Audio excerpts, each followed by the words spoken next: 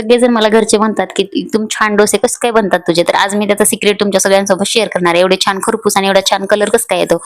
तर चला व्हिडिओला स्टार्ट करूया. सगळ्यात आधी मी वाटेनी 4 वाट्या हे जे तांदूळ आहेत ते घेतलेले आहेत. रॅशनीचे तांदूळ आहेत जे फुगतात ना, तर ते घ्यायचे. त्यानंतर अर्धी वाटी मुगाची डाळ, अर्धी वाटी उडदाची डाळ, त्यानंतर एकदम 2 चमचे आपल्याला हरभऱ्याची डाळ घ्यायची. त्यानंतर ते सगळं जे मिश्रण आहे ते एकदम पाणी टाकून व्यवस्थित असं स्वच्छ धुवून घ्यायचे.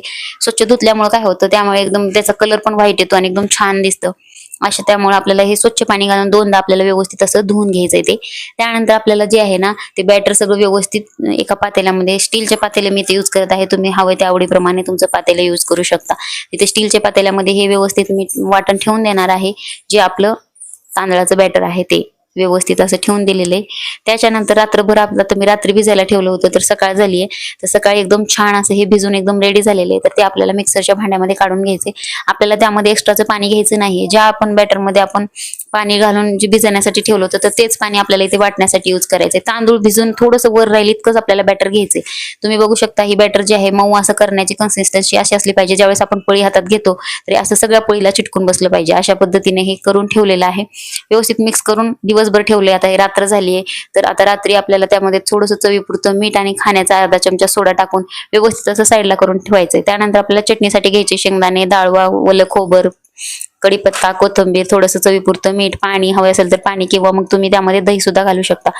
गॅस बंद करायचा आणि वरती ते बॅटर आपल्याला टाकून द्यायचे आणि एकदम छान अशी चटणी ठेवून द्यायची साईडला. त्याच्यानंतर एक तर बटाट्याची एकदम आपण फोडणी द्यायचं. एक जिरे मोहरे टाकल्यात, मस्त असं थोडासा हिंग टाकलाय. त्यानंतर हळद, मसाले जेवढे टाकायचे आपल्याला तेवढे टाकू शकतो आपण. त्यानंतर बटाटे टाकून व्यवस्थित असं मिक्स करून बटाट्याची भाजी सुद्धा रेडी केली आहे. इथे आपल्याला डोसे बनवायला घ्यायच्यात. एकदम छोटंसं असं बॅटर घ्यायचं आणि गोल गोल गोल गोल असं तव्यावरती आपल्याला फिरवून घ्यायचे.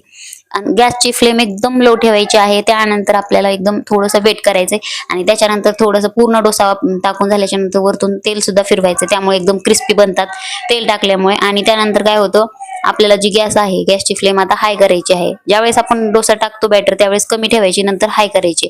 एकदम डोसा तुम्ही बघू शकता एकदम क्रिस्पी आणि एकदम छान कलरवाज दिसतो आणि त्याचा कलर एकदम ब्राउनिश होतो. एकदम भारी लागतं नाही का, टेस्ट पण छान लागते मुगाच्या डाळीमुळे. अशा पद्धतीने हळूहळू जसं मी दाखवते याच व्हिडिओमध्ये अशाच प्रमाणे व्हिडिओ एकदम गॅस लो करून आपल्याला असं डोसा टाकून घ्यायचा आहे. त्यानंतर तुम्ही बघू शकता असं एकदम क्रिस्पी आणि एकदम छान खरपूस असा डोसा आपला बनवून रेडी होतो. इथे तुम्ही व्हिडिओमध्ये बघताय अशा प्रमाणे एकदम पातळ सुद्धा होतो आणि छान सुद्धा होतो.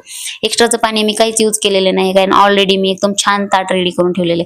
ऑलरेडी मी जे तांदूळ भिजण्यासाठी पाणी ठेवलं होतं तर त्याच पाण्यामध्ये आपण वापर केला. जेव्हा आपण वाटत असतो तेव्हा वाटणामध्ये आपल्याला एकदम छान त्याच्यामध्ये जेवढं पाणी आपण तांदूळ भिजेल त्याच्यापेक्षा थोडंसं एक्स्ट्रा ठेवलं ते एकदम बॅटर बरोबर होतं. अशा पद्धतीने आम्ही नंतर खायला घेतलं. चला बाय, करून बघा एकदा मला नक्की सांगा, कळवा.